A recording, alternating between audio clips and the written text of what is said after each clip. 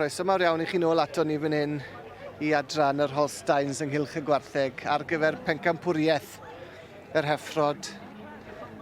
Pawb yn mynd ben a'i gilydd ac ni'n cofio yn ôl wrth gwrs Sonia a Paul gyda fi o hyd I ni'n cofio yn ôl Sonia I weld yr heffer, y llo bach. Ie, llo bach coch. Coch ma'n cipio'r garden goch yn gynnar iawn bore yma.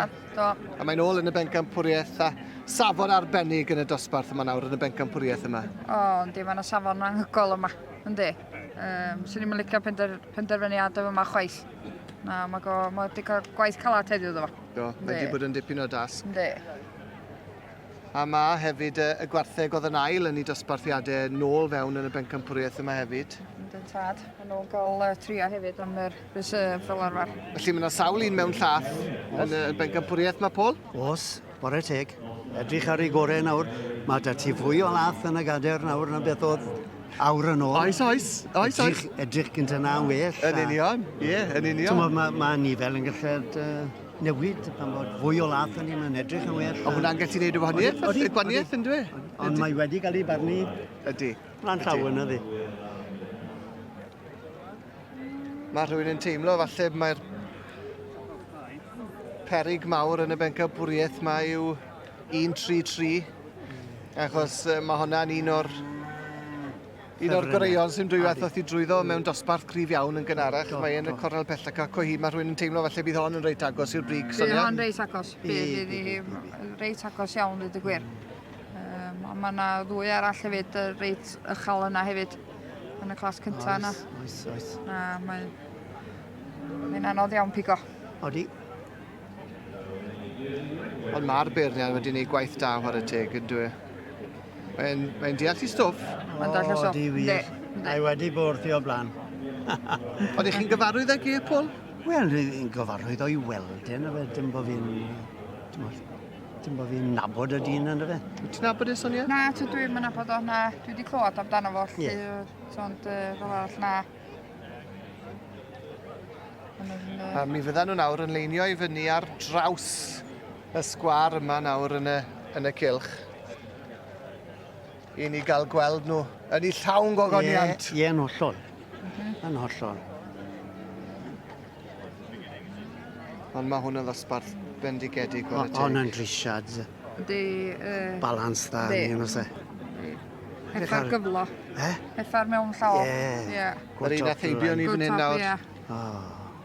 Neis iawn. Dyna ni'n gweld I nawr yn do fewn tu ôl y banner NFU Melin a honna, ie? Ie, mae yna dyfodol disgler iawn I honna, Paul. Os, wedyn ni bod e.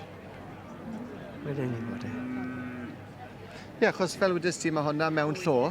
Ond mae yna heffrod, mae yna loi bach ifanc yma, mae yna heffrod ifanc yma, mae yna gwchod mewn llo, ac wrth gwrs mae yna gwchod mewn llath yma hefyd. Mae'n neis, mae gyd benben.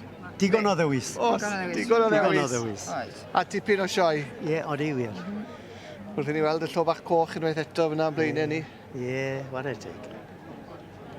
A fyddan nhw'n leinio I fyny nawr ar draws y sgwar fel wedys I.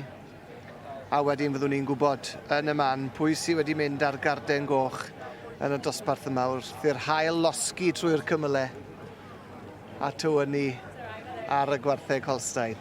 Felly dowch nôl ato ni yn y man I weld pwy sy'n cipio Pencampwriaeth y Holsteins heddi.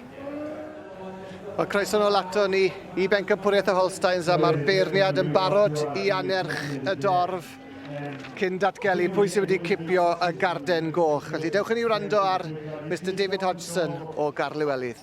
You all want them to look the same. You want them to have the same stamp. And I feel these five in front of us have the same stamp. They've all got that real balance and dairy qualities and all the characteristics we're looking for to produce like long-living dairy cows. You know, they have that length through the neck, they have that strength through the chest, beautiful hard top lines, near perfect rump structures. You know, they've got that slope from hooks to pins, tracking on excellent legs and feet, clean through the bone.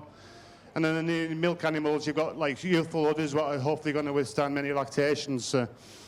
We've got this beautiful red calf that came in won the first class of the day. It really is so much to admire about it. It's for a young calf. She's got tremendous development and openness of the rib. But it's the legs and feet are just near perfect on her. And moving on to this beautiful white calf that won the second class. She has so much style and ring presence. And same again, near perfect rump structure, tremendous length between the hooks and pins. And when we move on to our junior heifer and milk, as I said in the classes, a heifer you really have to admire. I think there's one that anyone would be proud to have at home, and they'll just get on with the job in any sort of system. And then we have these two super stylish heifers, what we came out with top in the senior heifer and milk class.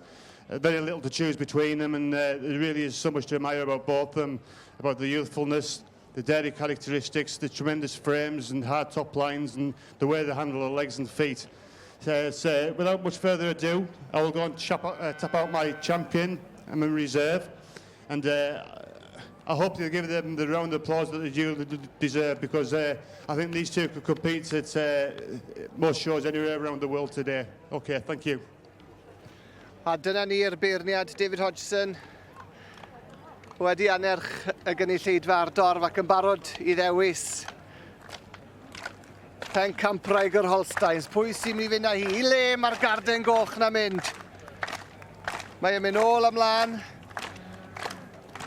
Rown unwaith eto a wedi mynd am 1-3-3, I fy nath I ac cilfeithi yn ail, Paul. Chwarae teg. I chi'n gytun, Sonia? Do, dwi'n cytuno, do.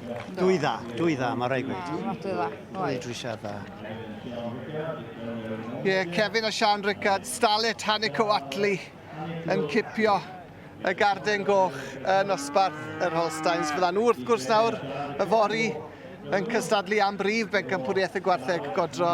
Mynd yn erbyn y jerseys a'r Birgor ag ati. Fydd I off ma fori to. Fydd I off ma fori to.